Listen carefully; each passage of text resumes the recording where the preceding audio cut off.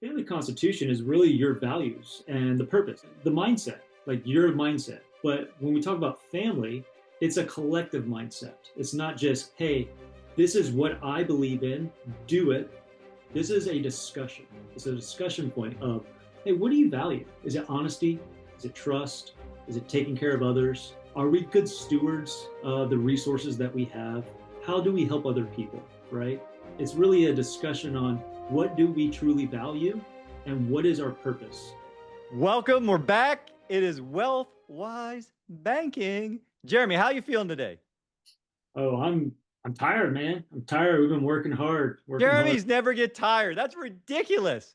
We're going to make shirts for Diego that says Diego's never get tired because he says the same thing you're doing, going to the gym at 5 a.m. every day. Ah, Dad, I'm so tired. That's impossible. Diego's never get tired. Say it, Jeremy. Jeremy's never get tired. Diego's never get tired. Well, No, everyone, that's a little introduction to what we're talking about today. All the time, we're talking to you about where do we store our liquidity? How do we build wealth? How do we keep, create, and multiply wealth? Well, it takes systems and processes. So we talk about talking about money. I have something that we're doing, and we're not doing it perfect. We're going to be imperfectly perfect about it. But our second annual family vision board, family values, and now family banking week-long getaway at the beach. So, Jeremy, how excited on a scale of 1 to 10 do you think my kids, might be about this great idea that the parents have had? oh, probably about as excited as my wife would be if I brought that to her. So, That's no, it. They groan, they moan, and you think, but I'm doing this for you. And you're just like, but wait, if I put myself in their place, I would be groaning and moaning. And when are we done? When can we go swim? When can we do this? So this episode is going to be a foreshadowing of what is coming with some different partnerships, with some abilities, with some things I've been looking to figure out for our family. And I'm looking forward to sharing the experience, to sharing the fun, to sharing what the vision is, and then being able to come back and report in another episode in the future. How did it really go? Like, it's going what to did, go exactly according to plan, right? Exactly according to plan, because every plan is full, is fail proof, right? So, that's it. yeah, It's on the calendar. Like, do they not know, Jeremy? It's scheduled in. The first thing Monday morning, the first day is family vision boards again, because that's where we started last year. Then values and then banking. 3 different days. So they get time when I'm going to be on calls with great folks running strategy sessions and having meetings and doing this kind of stuff. But yeah, there's a perfect plan and it's going to go exactly as we planned, right? yeah, every plan, right? That was kind of my introduction to it when I was an air mission commander, right? When I'm running special operations missions, we put a plan in place. The plan wasn't as important as the contingencies, for sure. Mm, So we would typically run 2 to 3 levels deep on contingencies because the mission is the mission. We care about the outcome. And I think that's probably what you're doing with your family too, right? You care more about the outcome. So it's more about the mindset. Are they, at some point in the future, they're going to receive resources. They're going to have inherit wealth, but are they going to inherit your mindset? And I think that's what you're really trying to get at here, right? So yeah, you're going to have the plan in place, but it's more important about the contingencies to make sure that your vision is executed. I love that. I love the way that and I hope you dive deeper into the contingencies and what they might look like. And maybe just from hearing what I'm talking about, you'll give me some ideas for contingencies. We're literally building the ship as we go. Like, I don't have a full plan. Last year, I made him watch something from Jim Rome about setting the big vision and being the big goal, the dream, being a magnet to your future. And I thought, oh, that sounds cool. We're gonna have him listen to this for 20 minutes. Then we're gonna do some Tony Robbins breathing exercises. We're gonna do some fire breathing. Like, remember when we did that, Jeremy? Yeah, yeah, I remember. That's because Jeremy was tired and you said, raise the roof, let's do it, let's breathe. Yes, yes. Let's do some breathing exercises before we jump in. Let's change our physiology. Let's change our state. Our state will change our story, right? And Yeah. then Connor's making faces and I look over at Connor as we're doing the breathing exercise. He's doing this. Whoop, whoop, whoop, whoop, whoop. No joke. You're listening to on the podcast, this might be a good one to look at Jason do it, basically a chicken dance on YouTube. Yes, yes, yes. Definitely check it out there. So I like to, if I may, I won't read the whole thing, but I wrote a family constitution based on a value exercise I did when I first read What Will the Rockefellers Do? That's really that's the first time I ever heard about generational legacy and seeing how it was created with a waterfall method and the things that we talk about here. And so we created a constitution. Now, it doesn't have a place, it doesn't have a home yet. There's not a trust, there's not trustees yet. Like we have four policies. We have the beneficiaries, like we're the beneficiary or Patty is for me and vice versa. But this is something that is going to happen. It's going to happen sooner than later. So when I was looking at the Constitution last night, it just starts off with a little like think about the Constitution of the United States. Like think about having a constitution and maybe a creed, right? Maybe some kind of banner for your family. And so like Good Creed. That's good. I've always looked at it as a life compass, to help orient me, so to speak, when life gets hard. But a creed is, if that's more applicable to some folks, having a family creed, a simple couple statement, one or two sentences that reorient your values and your purpose, because that's what a family constitution is, right? For people who don't know what a family constitution is, maybe start there, Jason. oh, that's a good idea. Over to you, brother. What is it? Like tell me, because I'm writing it, so I'm trying to figure it out. So A family constitution is really your values and the purpose. It's that when we talked earlier, I just kind of alluded to it, the mindset, like your mindset. But when we talk about family, it's a collective mindset. It's not just, hey, this is what I believe in, do it and follow through. This is a discussion. It's a discussion point of, hey, what do you value? Is it honesty? Is it trust? Is it taking care of others? Um, are we good stewards of the resources that we have? How do we help other people, right? And yes. get nuclear about it. It's really a discussion on what do we truly value and what is our purpose. And we're not talking about like, hey, my purpose is to go out there and earn a bunch of money, right? Why? What, as a business owner, why are you making all this money? Is it just to have things, or do you have a higher purpose? And that's it. And everyone, one of our needs is contribution, like one of our human needs, right? So at some point in your life, you're going to arrive to a point where you want to be giving your time, your energy, your money to others, to help, to serve. At least that's the folks that we're working with, right? And so, like tying that big vision in for the family and getting, like you said, everyone's input. Because guess what? Sometimes our first job is making money, right? Like it is making money, but then what are the guiding lights? How are we making money? Like how are we making decisions around how we're going to earn money? And the way to earn money in my mind is go solve problems for people. And the bigger problems that you solve, the more complicated problems that you solve, well, the more you can make.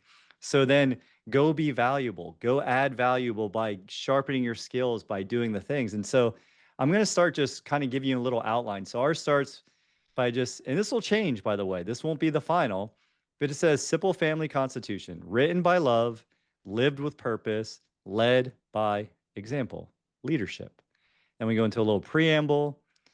We go through our values like brave in the face of challenge, kind in all circumstances, courageous enough to speak truth and live it, curious, always learning, always growing, adventurous, pursuing life with grit and wonder. And it goes on and on. It talks about action, it talks about purpose, and it goes through articles of like what our articles are, what our purpose and vision is, what our commitment to one another is as a family. What is our family governance and decision making? Like how do we make decisions? What does it look like in the decisions we make? What's the financial stewardship? Like how are we going to treat money? I put it right in here. We're going to follow the 7 laws of wealth. Everyone will learn. We will talk about these. Legacy and future generations. It talks about how we're going to get together, have gatherings, talk about this, share this, create systems and processes to pass it on from generation to generation. Amending the Constitution. This is what Jeremy was talking about. As life grows, so will this Constitution. Any amendment must honor our values and be agreed upon by the adult members of the family through intentional discussion, reflection, and majority consensus. And Yeah, I right, and like. it's just, and then it says our final declaration. We are the Sipple family. We do hard things. We live with belief. We love discipline. We love with discipline, and we leave a trail of purpose so others never feel lost. Now, is this something that you said you started a year ago, or is this like your framework and you're opening it for discussion? It's open for discussion. This is something. This is like me preparing for next week. This is Oh, something that I created 2 years ago. We worked on our family values. We all circled different values, maybe 100 values on a sheet, and we all looked at them and we said, okay, where do we have shared values? And then we talked about the values and said, okay, you know, like we're strong, we're adventurous, we're leaders, whatever. Like we're all completely different. Like I mhm. don't know if like you think about your family, Jeremy, like you and your sisters growing up, like how alike are all of you to each other? And we don't even look alike. I'm tall and blonde, and they're brunettes and darker skin, right? Like it's like, was I adopted? Like, what happened here? They So didn't tell you?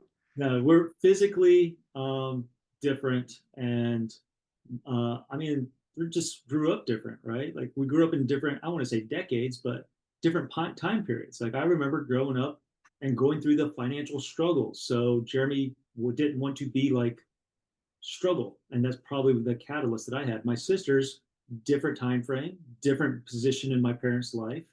Yeah, we all have different experiences, so we're different people. And when I just heard you said you had a trauma, right? Mm-hmm. Around something and you made a decision, and that decision actually colored every decision you made from that point in time forward. Yeah. Yeah. My decision, unfortunately, was trauma based. It was a position of fear. And rather than allow the fear to take over, it was, I don't want to experience that, or I don't want to do what they're doing. So that actually was the reason I started studying wealthy people. And that's actually how I found the infinite banking concept. That was the trend I kept finding over and over again. And that was a rule that I hadn't identified until I was 46 years old when I broke down crying in the back of a room I was supposed to be leading. Standing there, just tears dripping down my face while everyone else is excited. And everyone's like, what's wrong with you? I just broke down. I knew that I wasn't providing, I wasn't protecting, I wasn't creating for my family. I was doing the exact opposite. I was scared.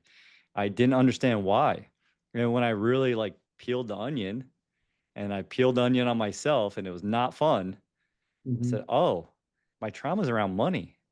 My Yeah. trauma's around things I saw growing up that didn't make sense and that felt really uncomfortable. It was all a feeling.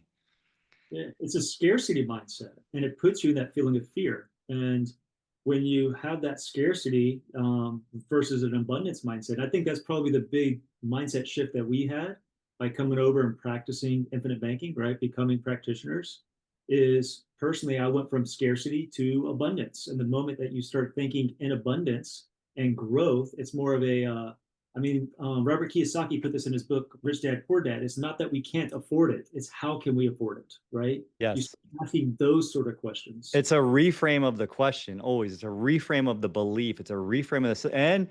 And by the way, I am in scarcity a lot. Like Dr. Benjamin Hardy talks about the gap or the gain, right? The great book he wrote with Dan Sullivan.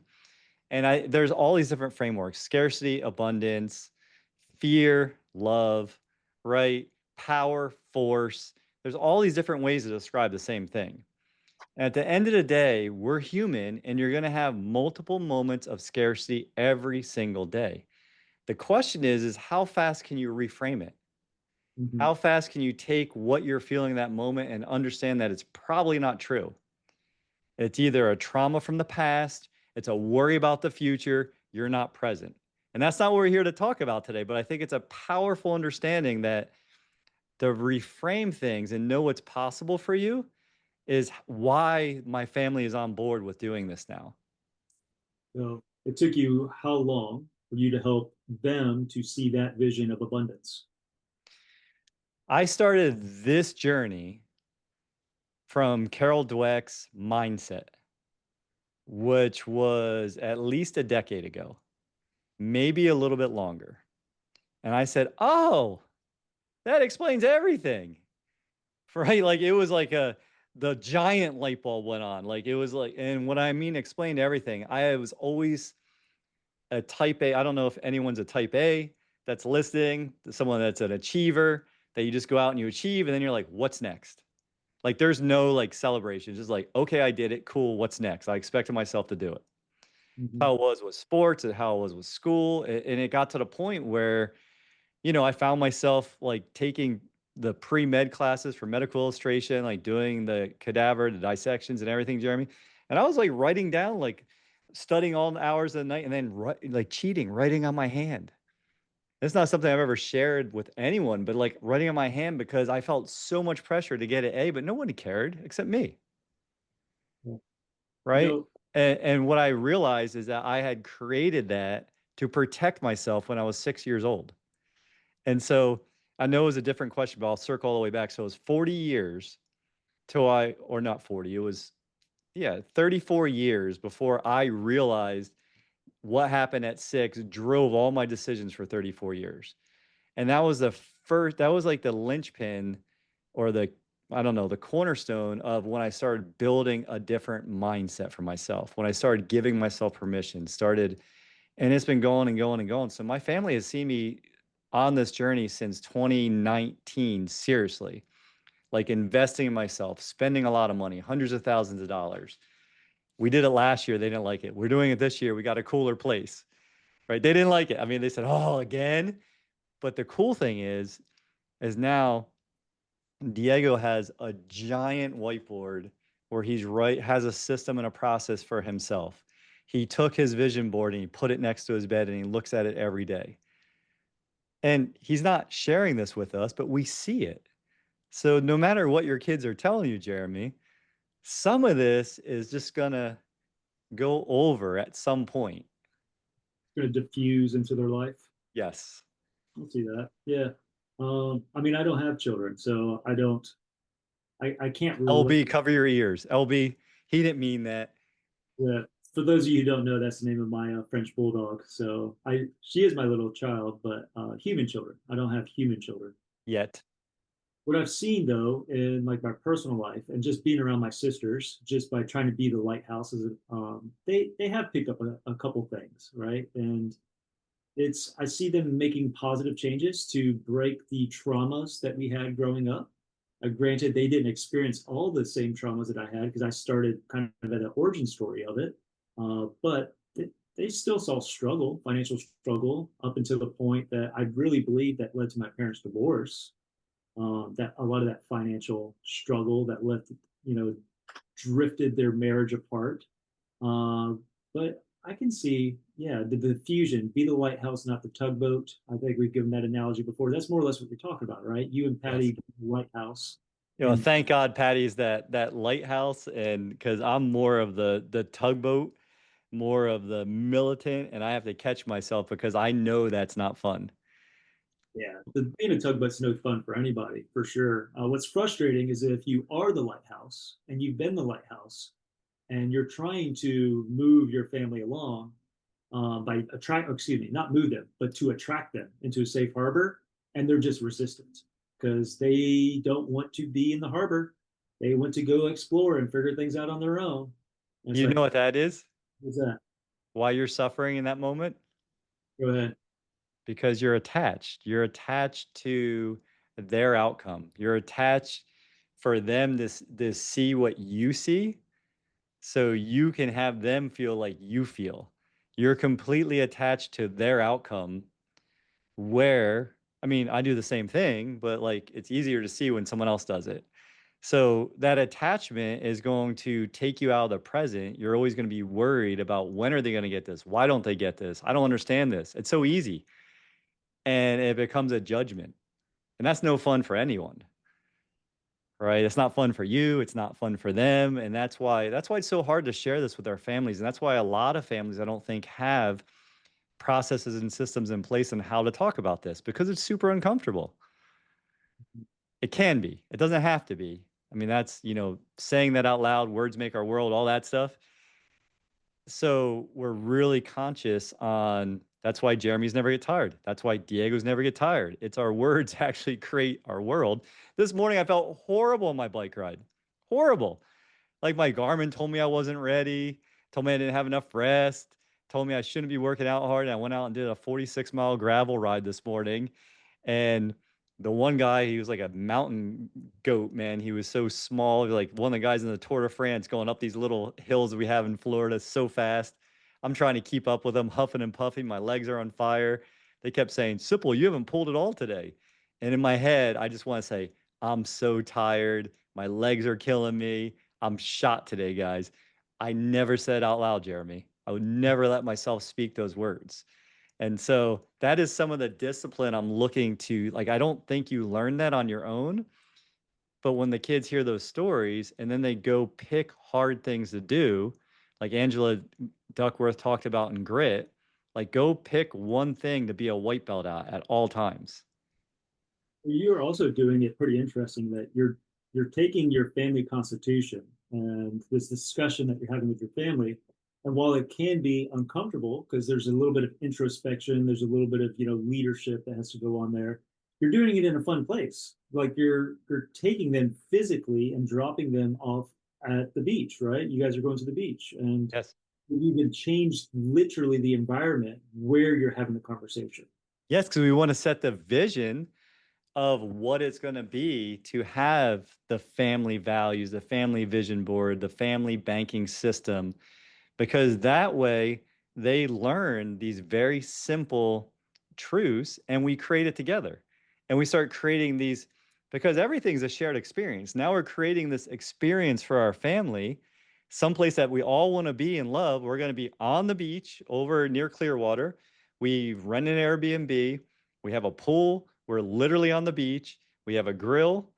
We're going to be eating good meat, steaks, burgers, all kinds of stuff, every chicken, every day.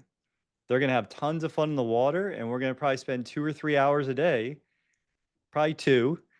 I'd like to do three, but hours a day talking about this stuff. And hopefully last year to this year, there'll be more interaction, there'll be more takeaways, and it's going to be, I'm really, really excited. So, Yeah. So how does this come into infinite banking and like what we do here? And I think if I can just put it very simply, it's thinking long term, right?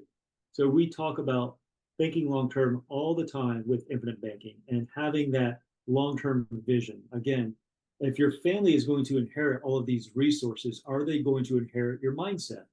Well, it's a collective mindset when Jason does it with his family in this manner, right? It's not Jason putting this vision in place, it's his family. And he's doing it collectively and having everyone think long term. And I think that's really the importance of the family constitution and you putting these steps and systems and processes in place to have everyone collectively think beyond today, to start thinking about tomorrow, to start thinking generationally. and then, yes, perfect. First rule of infinite banking, first rule of wealth probably should be think long range, think long term. Don't make decisions based on something, right? There's two pains in life. Jeremy, you remember this one? If you don't, I'll give them to you. And Two every time pains. you ask a question, I'm just going to keep saying change. All right. That's There's a so pain of discipline and the pain of regret. You pick. And so when you get up in the morning and you want to stay in bed because it's so comfortable, but later on you're going to regret it, right? So it's easier to pick discipline in the long run because regret is heavy. And so when I saw a father who has instituted something like this talk about a river of values last year in one of the dad groups I was in, and I was like, we're going to do that. And I told Patty, book a staycation. And we booked a 3-day staycation last year, and that was the first one. And we just booked it. We picked a place and we went. This year, I said, do it again, and so we picked a week during the summer when Connor's off of school. We're all going again. And that's how it starts. Like it's imperfect action. We just picked a date and we started. Pick the date and you start. You pick a date and you start. And then it ties back. Now, when we have a collective family constitution, then we're going to find the right estate planning attorney that can put together the ILET or some kind of trust that is now going to be the beneficiary. And then we start identifying trustees that can interpret accurately our Constitution for future generations to make sure that those principles and values and teaching, and we'll probably start filming this. This will be a whole thing eventually. That's how I see it. But the first thing is just starting. Mm-hmm. Hardest thing. The hardest thing is it's always get started, right? But you think about the train. Moving a train is a very big, cumbersome, heavy object. But once it gets moving, once it has that momentum, you're able to go long distances. Same thing with an airplane, right? An airplane, it starts off slow. It has a takeoff roll to it, right? Before you can end up taking off and taking flight. So everything, especially everything worth having, it's not easy. But the important thing is to take those little steps, those little tiny steps towards progress. I think about this one saying. It was, how do you walk the Great Wall of China? One step at a time, right? You got to take the first step. Otherwise, you'll never be on the journey. So every journey begins with one step. One step. And our offer to all of you listening is, everything you hear, if you're inspired a little bit, if you want to have conversations around this, that's what we're here for. We're here to help you understand the process, to build the foundation, to build what we're usually talking about, which is that family banking, infinite banking concept where you're taking back control of the money. And then from there, that's the first step. You got to start somewhere. And you might have to start with the habits if you need to change your habits, which we talked about in another episode, right? The laws of wealth. You might have to follow the laws of wealth and pull in that pain of or discipline and embrace it a little bit more. Or maybe not. Or automate it, as we've talked before. Just automate it. Yeah, and eventually a robot's going to be leading your family, constitution retreats and making you all the food and everything, right, Jeremy? Isn't that coming soon? I've seen the restaurants, so you know that I fly around. I have seen robots as baristas, and I have seen restaurants in California run entirely by robots, no humans. So you're not entirely wrong. It could be a possibility. Yeah, like I was in Phoenix recently for a speaker thing, and I forget what it's called now, but it was a Jaguar, but it looked like it was from back in the future. I'm like, I am not getting in that thing. And then on the way back from the hotel back to the airport, Uber's like, oh, here, get the self-driven, car. You don't have to tip the person. I'm like, no, I'd rather tip a human. I don't care. It's like in the middle of the night. I don't care who's picking me up, what they're listening to. I'm tipping a human. I ain't getting in a car driven by a robot yet. Change is uncomfortable, my friend. That's it. That's it.